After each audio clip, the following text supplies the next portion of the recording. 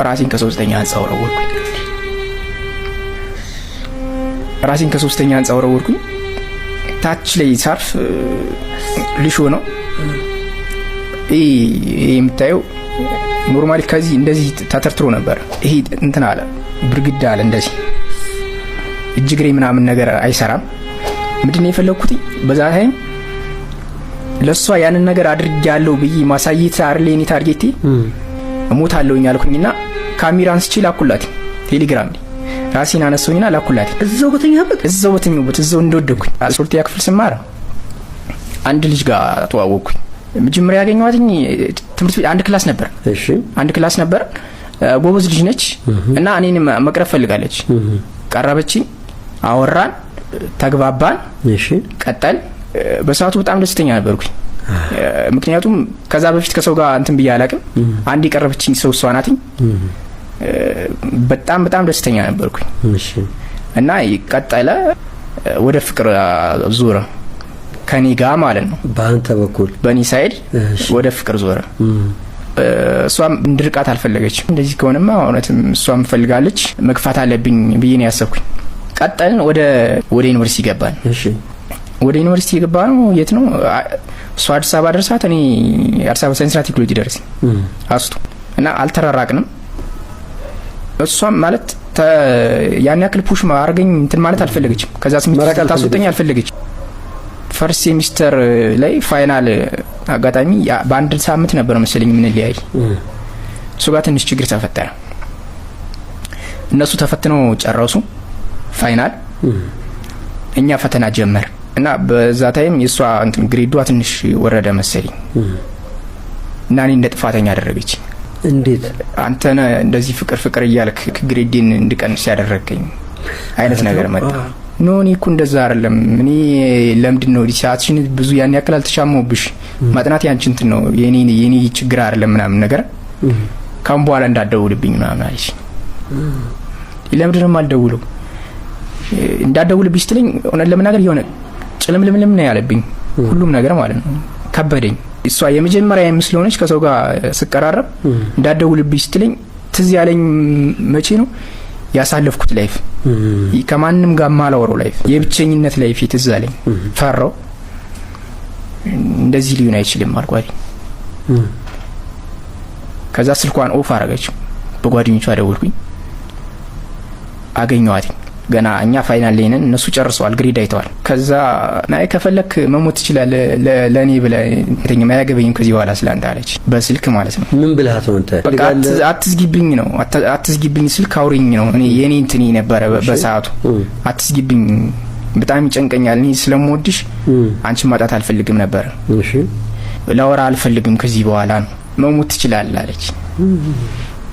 እንዴ ለምን ነው እንደዚህ የምትይኝ? እሱ ያስደስትሻል? አዎ ያስደስተኛል። የምርሽ ነው? ወዲያ ያስደስትሻል? አዎ ያስደስተኛል። እኔ ላንቺ እኮ ህይወቴን እሰጥሻለሁ። አንተ አትሞትም፣ ለኔ ብለህ አትሞትም። ማንም ለማንም ብሎ አይሞትም። እሱንማ እንግዲያውስ ላሳይሽ አልኩ። ሞቱን ላሳይሽ አልኳት። እስከ 8 ሰዓት ድረስ ማደውይልኝ ከሆነ ራሴን አጠፋለሁ አልኳት። ምን? እስከ 8 ሰዓት ድረስ ለኔ በስልክ ማደውይልኝ ከሆነ ራሴን አጠፋለሁ አልኳት። በጓደኛዋ ስልክ ነው፣ እሷ ስልክ ዝግ ነው። እስከ ሌሊት 8 ሰዓት ነው ያወራነው። 11 ሰዓት አካባቢ ነበር። ኤስፒሲ እያጠናው አመሸሁኝ። 8 ሰዓት ሆነ። 8 ሰዓት ሆነ፣ አልደወለችም። 8 ሰዓት ሲሆን መሞትን ፈራሁት። ሳልሞት ቀረው ማለት ፍቅሬን ሳላሳይ ቀረው ነው ብዬ ተሳቀቅኩኝ። ሞትኩኝ ማለት ደግሞ ባክ ማረክ አልችልም አልኩኝና ፈራሁኝ። ከሁሉም ነገር የበለጠብኝ እሷን ማሳመን ነው። ለሷ ብዬ መሞት እንደምችል ማሳየት ላይ ነበር የኔ እንትኔ በጣም የበለጠብኝ። ምንድነው ያደረኩት? ጥናቴን ተውኩኝና ወጣሁኝ ከስፔስ። 3ኛ ህንጻ ላይ ቆምኩኝ። ስፔስ ኖርማል መማሪያ ክላስ ዘግተን እናጠና ነበር። ጸሎት አደረኩኝና ቀጥታ ምንም በቃ ይቅርበለኝ እኔ ያልኩኝ፣ ሌላ ምንም አላልኩም። ኃጢአት እንደሆነ አውቃለሁኝ። ይቅርበለኝ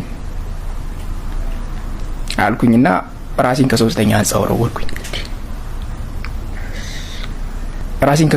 ወረወርኩኝ። ታች ላይ ሳርፍ ልሾ ነው ይሄ የምታየው። ኖርማሊ ከዚህ እንደዚህ ተተርትሮ ነበር። አሁን እየጠፋ ስለመጣ ነው የግንባሬ ላይ ያለው እንትን ማለት ነው። እና ይሄ እንትን አለ ብርግዳ አለ እንደዚህ እጅግሬ ምናምን ነገር አይሰራም።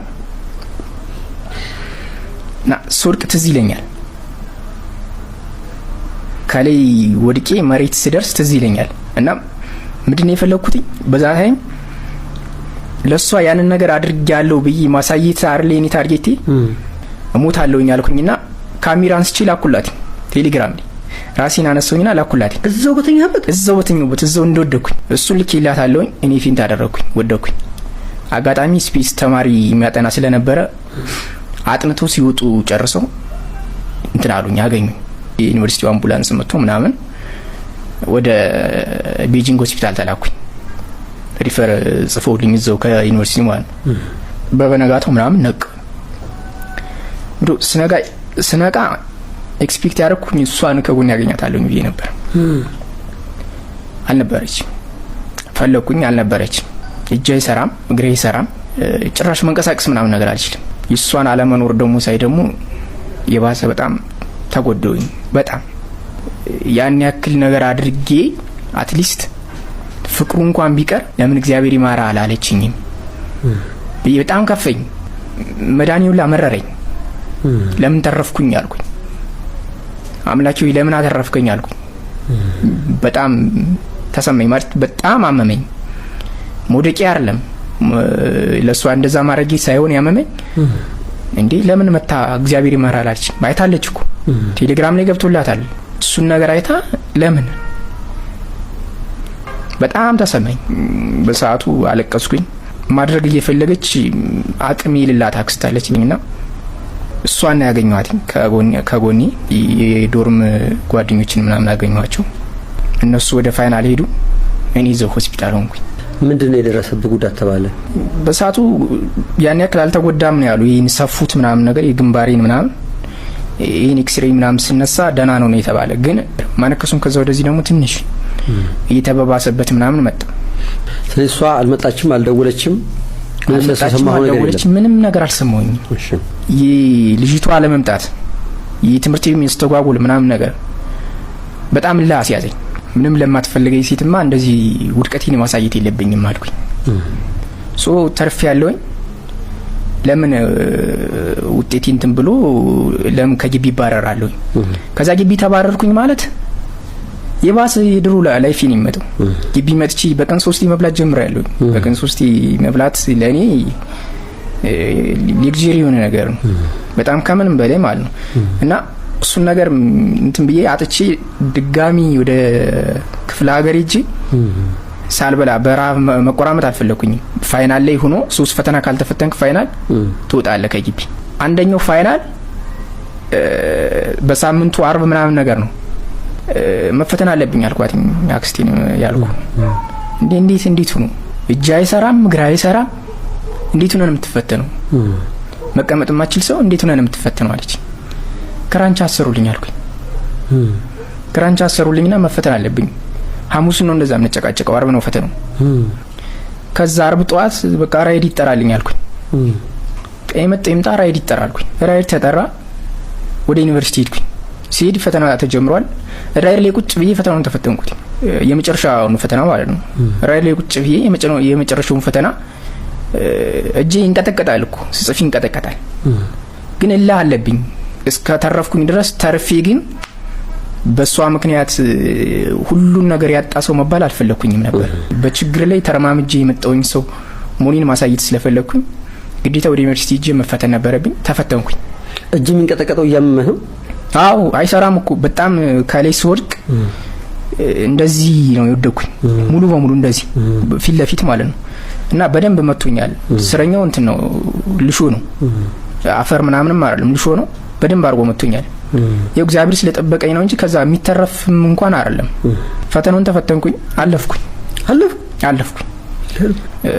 ወደ ቀጣይ ሴሚስተር ገባሁኝ ማለት ከመግባቴ በፊት እሷን ጠበቅኩኝ። ልጅቱ ጠበቅኩ ማለት በቃ አንድ ደውልኝ ጠበቅኩኝ። ይሁን ድምጿን መስማት ምናምን ፈለኩኝ። አለቅሳለሁኝ፣ አይኔ ያብጣል። በዛ ታይም እሷን በመፈለግ እንደውም ምን ሆነ መሰለ ደውልኩኝ። ስደውል ወንድሟ እኔ አነሳው በትነት ተቀበላታለሁኝ አንዴ እንኳን ድምጽ አልሰማም አልኩት። ከዚህ በኋላ በዚህ ስልክ ብደውል እገልሃለሁ አለኝ ብሎ ካረውኝ አቆምኩኝ። በቃ ቶታሊ አቆምኩኝ። ትምህርቱ መማር ጀመርኩኝ።